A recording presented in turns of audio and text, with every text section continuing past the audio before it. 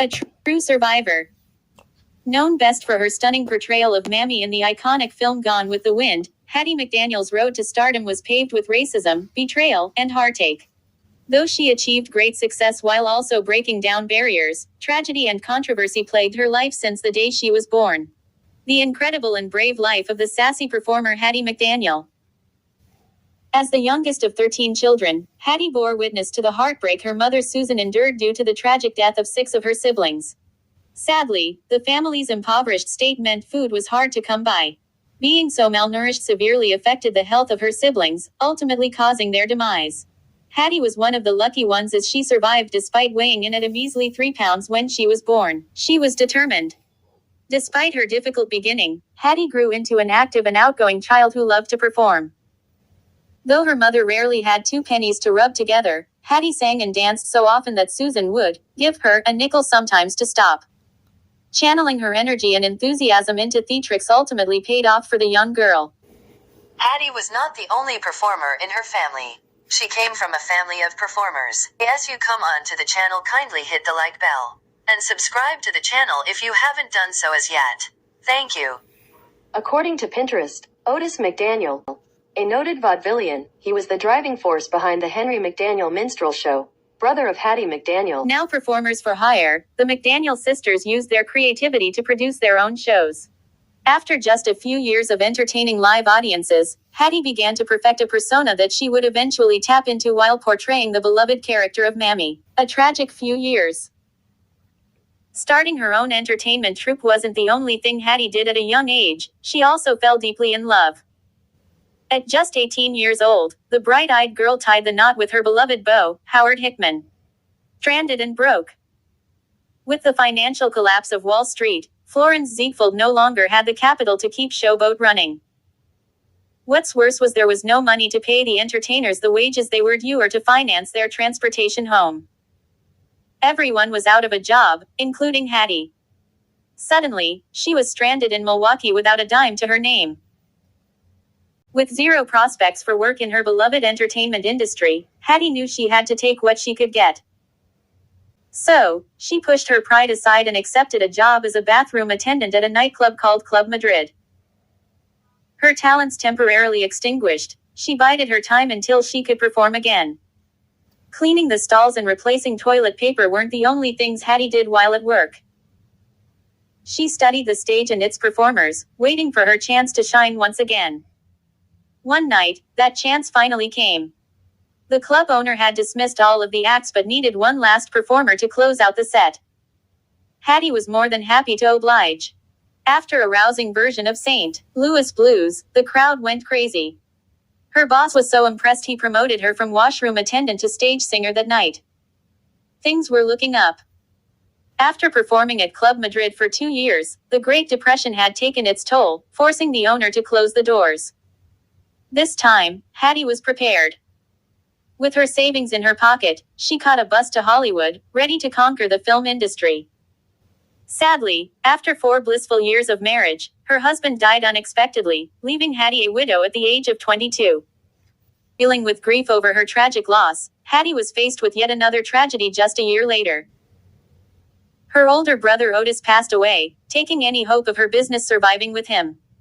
Now destitute, Hattie took any role she could get to pay the bills. Just as she was making ends meet performing on the radio for Paramount Records, her life began to unravel again. 20s only got worse. By 1922, Hattie was optimistic that her heartache was in the past. She allowed herself to fall in love and walked down the aisle once again with a man named George Langford. As newlyweds, life was good. Hattie was making progress in her career, and the couple discussed having a child. Tragically, in their 3rd year of marriage, her second husband became the victim of a fatal gunshot wound. Unfortunately, the remainder of the decade only got worse. Hattie had landed a job as part of the chorus in Florence Ziegfeld's musical tour Showboat. While in Milwaukee, the star, cast, and crew heard the news that the stock market had crashed. Once Hattie arrived in Los Angeles, she soon realized that the parts available to people of color were extremely limited. Luckily, she was able to secure numerous roles playing the part of a sassy maid. After completing a few bit parts, she was hired to perform on the radio show Hi Hat. Hattie is a bossy maid who tends to forget her place. Though the radio program became very popular, her salary was so low that she simply couldn't make ends meet. To supplement her income, she worked as a real-life maid in her free time, cataloging the experiences to use later on the silver screen. Luckily, she wouldn't have to wait too long. Hattie made her debut film appearance playing the maid in The Golden West in 1932. The following year, she worked alongside Mae West, playing the help once again in the hit movie I'm No Angel. The part of a lifetime. Hollywood was abuzz in 1937 with the announcement of producer David O. Selznick's upcoming film, Gone with the Wind. A project of such grand scale would surely lead to instant stardom for anyone cast. So, every white actress began vying for the part of Scarlett, every white actor the part of Rhett Butler, and every black actress the part of Mammy. Though Hattie had proven herself to be the perfect fit to play a spoiled lady's maid, the competition included one very influential woman whispering in the producer's ear. Believe it or not, First Lady Eleanor Roosevelt wrote to David O. Selznick asking him to cast her own maid and friend, Elizabeth McDuffie, in the role of Mammy. Knowing she would have to pull out the big guns to land the part, Hattie called in the cavalry. She had references. By now, Hattie had been in show business for over a decade. Despite her limited roles, she had made a lot of influential friends in Hollywood who were willing to sing her praises.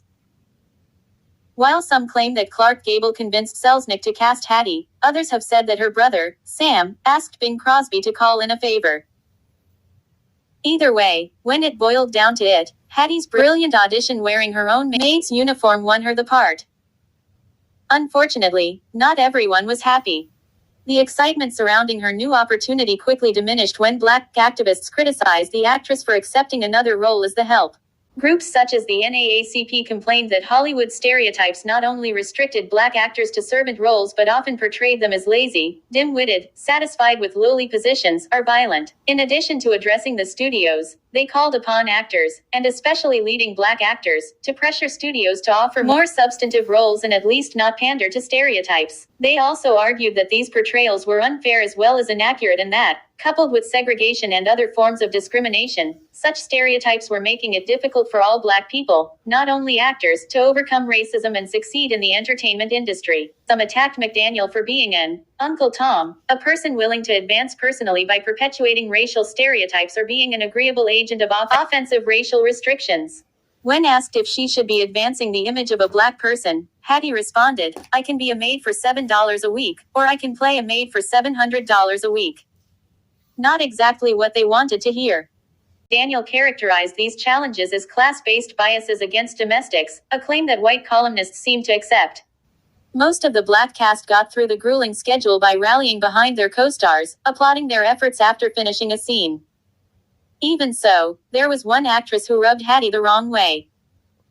Butterfly McQueen, famous for her portrayal of the meek maid, Prissy, spent her days on set disgruntled.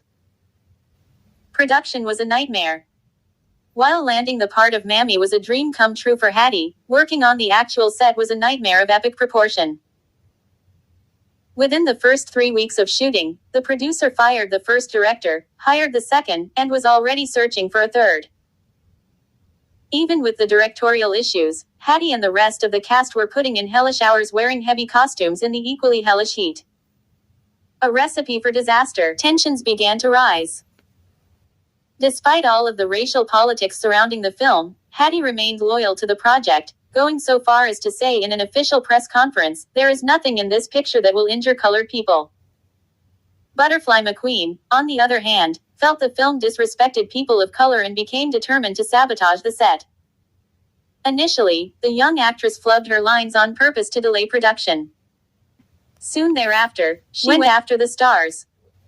Because of her role, Butterfly had numerous scenes with Vivian Leigh, one of which included Scarlett O'Hara slapping Prissy. While filming this particular scene, the slap awoke Butterfly's anger. The actress was tired of being obedient, so, in an effort to gain some respect, she demanded that Leigh apologize. Seeing that tensions were running high, Hattie intervened. Keeping the peace. Per Butterfly McQueen, Hattie quickly intervened after she demanded an apology from Vivien Leigh. Though she was trying to get the actress to calm down, her advice only made Butterfly angrier. Loyal to the project and very aware of how quickly a black actress could get blacklisted, she told Butterfly to stop causing trouble, saying, "You'll never come back to Hollywood, you complain too much." When production finally came to a close on Gone with the Wind, producer David O. Selznick was in awe of Hattie's portrayal of Mammy. The character was so mesmerizing that he became concerned she may take away from the performances of Clark Gable and Vivien Leigh. Because of her race, that wasn't the only concern he had when it came to Hattie McDaniel.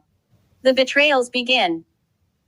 Knowing that Hattie McDaniel was such an integral factor in the film's success, Selznick soon realized he had a huge problem on his hands. The premiere of Gone with the Wind was scheduled for December 15, 1939, at Loew's Grand Theater in Atlanta, Georgia. Because of the state's segregation laws, no person of color was allowed on the premises. Though Selznick tried to use his clout to convince the studio heads to demand an exception for Hattie to attend, MGM not only refused but told him to drop the matter altogether. That was it, his hands were tied, his star performer would not be able to attend her own premiere. Clark Gable was furious. "You should understand that Hattie had many friends in the industry, one of which was the leading man in Gone with the Wind, Clark Gable. Theirs was a friendship full of laughter and camaraderie. Gable would often play pranks on Hattie, knowing they shared the same sense of humor. On one occasion, the dapper leading man handed Hattie a tall glass of brandy while on set, telling her it was iced tea. Of course, in the heat of the day, the actress took a considerable swig just before shooting a scene. So, you can imagine just how angry Gable was when he heard that Hattie was banned from the premiere due to the color of her skin. He immediately told her that he would boycott the event to show his solidarity.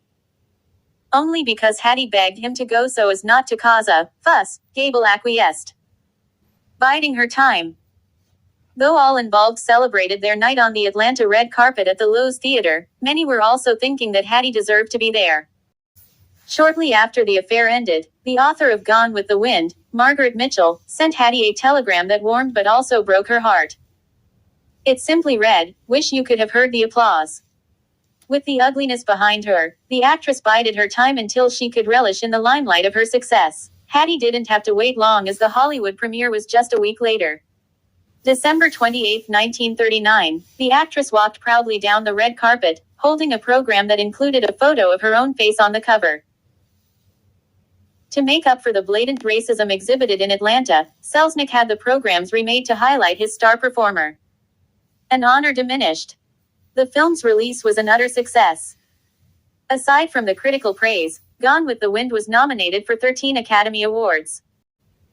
Amongst those selected was none other than Hattie McDaniel for her portrayal of Mammy. Now, this was unprecedented. No other black person, let alone an actress of color, had ever received this prestigious honor. In a country divided by discrimination, Hattie's performance was so riveting it broke down insurmountable barriers. Unfortunately, those barriers reared their ugly head once again at the Oscar ceremony. The event was held at the Coconut Grove restaurant in Los Angeles on February 29, 1940. Like the Loew's Theater, the venue had a strict policy forbidding people of color from entering. On this occasion, however, they made an exception that was more insulting than their racist rule. She held her head high. Sadly, convincing the bouncers to allow her entry to the venue was only half the battle. Yes, Coconut Grove made an exception because Hattie was a nominee. The way they did it, however, was unimaginably cruel. To accommodate the actress, the restaurant blatantly segregated the ballroom, whites on one side and Hattie on the other. Instead of being surrounded by her castmates, who were also her friends, the nominee for Best Supporting Actress sat at an empty table only accompanied by her white agent, William Meiklejohn. Despite the racist accommodations, Hattie entered the room with her head held high.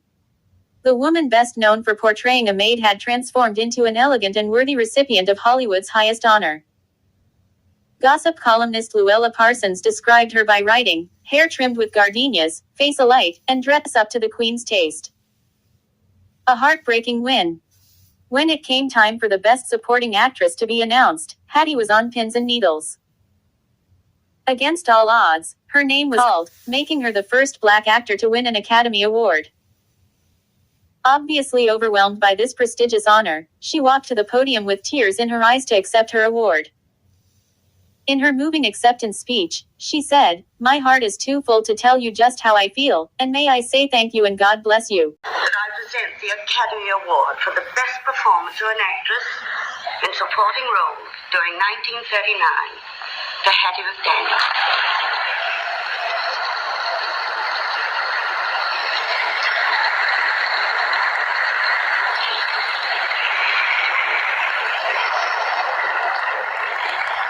Academy of Motion Picture Arts and Science, fellow members of the motion picture industry, and honored guests. This is one of the happiest moments of my life, and I want to thank each one of you who had a part in selecting me for one of the awards. For your kindness, it has made me feel very, very humble, and I shall always hold it as a beacon for anything that I may be able to do in the future. I sincerely hope I shall always be a credit to my race and to the motion picture industry. My heart is too full to tell you just how I feel. And may I say thank you. God bless you. Though it was time to celebrate, Hattie was once again faced with a heartbreaking betrayal. Her castmates and friends excluded her by choosing to attend an after-party at a nightclub with a strict, no blacks policy. This time there was no exception. With her Oscar in hand, Hattie was denied entry. Hattie had spent nearly a decade hustling to establish her career throughout the 1930s. Now that she was an Academy Award-winning actress, she allowed herself another shot at love. After a whirlwind romance with real estate agent James Lloyd Crawford, Hattie walked down the aisle once again in March 1941. With the fate of her previous husbands at the forefront of her mind, all she could do was pray for a long-lasting, happy marriage that would allow her to have a child. By 1945, it seemed as though her prayers had been answered. At age 51, Hattie divulged an unbelievable secret to gossip columnist Hedda Hopper. She and her husband were joyfully expecting a baby, and finally, her life would be complete. Preparing for devastation. Hattie was no longer focused on her career as she had something much more important to prepare for, her tiny miracle. As she collected baby clothes, painted the nursery, and contemplated names for her child, the actress grew more and more excited about becoming a mother. She and her husband couldn't wait to get an update from the doctor, but as time went by, Hattie became increasingly concerned. Though weeks had passed, her belly wasn't growing.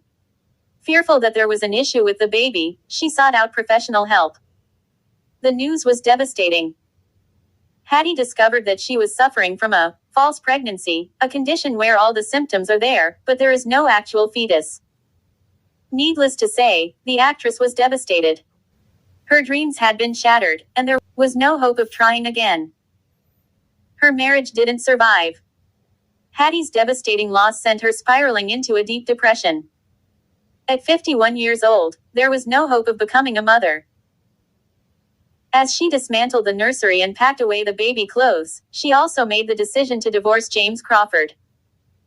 While many assumed the split was due to their devastation over the loss of an anticipated baby, Hattie later revealed the real reason she was unhappy. With the divorce behind her, Hattie admitted that her former husband had been jealous of her success.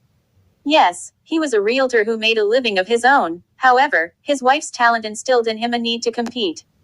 So, what was a divorcee to do? Go back to work, of course. Just as she landed the part of Beulah, the sassy maid on a radio program, she met another man who was her worst match of all. Life was good until it wasn't. By 1949, Hattie's heart had healed enough for her to let someone else in. That summer, she met an interior designer named Larry Williams, and within just 2 months, the couple was wed. Hattie was happy. Her radio show was a hit, she had a good chunk of money in the bank, and she had the devoted man to love her, or so she thought. Within 5 months, the actress realized this marriage was also a failure and filed for divorce. The proceedings that followed began with Hattie explaining that their relationship consisted of only arguing and fussing. Granted, it's not an ideal life, but grounds for divorce. As she continued her testimony, the truth came out along with her tears. A dysfunctional relationship. Now, there is no way of knowing the details of what happened between Hattie McDaniel and Larry Williams behind closed doors, but, based on her testimony, the relationship quickly became dysfunctional. Though the rumors of physical abuse were never substantiated by the actress, the psychological damage that resulted from their union was made evident on the stand. A self-proclaimed hearty eater, Hattie claimed that Larry's emotional abuse caused her to completely lose her appetite. During a particularly tense time, the actress shed a whopping 12 pounds in 2 weeks' time because she simply couldn't eat due to stress. This wasn't the only issue either. He wanted a sugar mama. Though Larry Williams made a good living, he made it clear early on that Hattie was to fund his desired lifestyle. Her refusal fueled the fire. When he told her to pay for his trip to Europe, she responded, "Europe? Europe where?" "Europe, Pennsylvania. Here's $50 for a Greyhound bus ticket. Take it and go." Seeing that manipulating her out of her money would be more difficult than he anticipated, Larry suggested he manage her career and finances. Again, the answer was a resounding no. This ongoing battle came to a head when Larry intentionally tried to sabotage her career by interfering with her radio program Beulah. Aside from causing a rift with her castmates, he also interrupted her process. Hattie confessed, "It was so awful, I got so I couldn't sleep. I couldn't concentrate on my lines." With marriage number 4 finally behind her, the actress again threw herself into her work. Her radio program Beulah had become so popular that the network agreed to a television version with Hattie as the star. Though this was an excellent opportunity career-wise, if she accepted the part, she would be replacing her friend and neighbor Ethel Waters, who dropped out of the project because of its racial stereotypes. Waters wasn't the only conscientious objector to Beulah either. The U.S. Army cut the program from its broadcast, fearing that it would demoralize black soldiers. With Hattie's history of playing the help, black actors and activists made her a target for criticism. One particular critic was NAACP leader Walter White, who began a feud that led to a legendary response. Standing her ground. Though Hattie made it a habit to never complain or make a fuss, there were certain battles she was willing to fight. The criticism from Walter White combined with his favoritism of light-skinned black actors compelled the actress to finally stand her ground. When it was announced that the NAACP leader was sponsoring a convention for prominent people of color in the industry, Hattie not only refused his invitation but gave a clear reason why. Tired of being labeled a simple black woman, Hattie decided to show White just how smart she was. She wrote a public letter declining the invitation, which read, "He has openly insulted my intelligence." She went on to add, "God has endowed me with other talents, which Walter White and no other persons know nothing of, and they are not menial as he has said." Home sweet home. Despite the backlash and criticism, Hattie's career choices had paid off. She splurged on a luxurious 17-room mansion in the neighborhood of Sugar Hill, also referred to as the Black Beverly Hills. The home was decorated so beautifully that Hattie's dear friend, Lena Horne, described it as the most exquisite house I had ever seen in my life. A social butterfly, Hattie loved to throw a good party. Sugar Hill became the gathering place of stars such as Lena Horne, Paul Robeson, Bing Crosby, and Clark Gable, all meandering through the ground floor with cocktails in hand and smiles on their faces. Color didn't exist in Hattie's home, only friendship. Fighting for her rights. While the inside of her home boasted nothing but love, on the outside, the white people in the neighborhood began showing true racist colors. Complaints were made stating that their property values were plummeting because people of color were invading what they considered white territory. Instead of walking away from her beloved home, Hattie called in the cavalry again.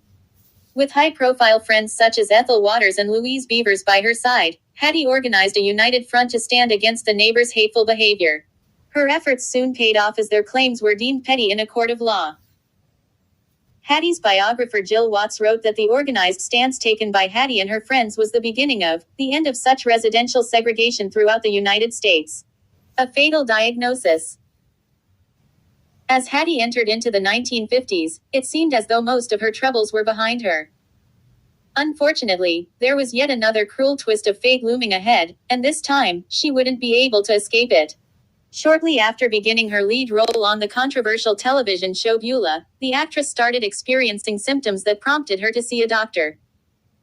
The diagnosis was devastating. She was suffering from breast cancer. With the accelerated pace at which it had spread, no course of treatment was available.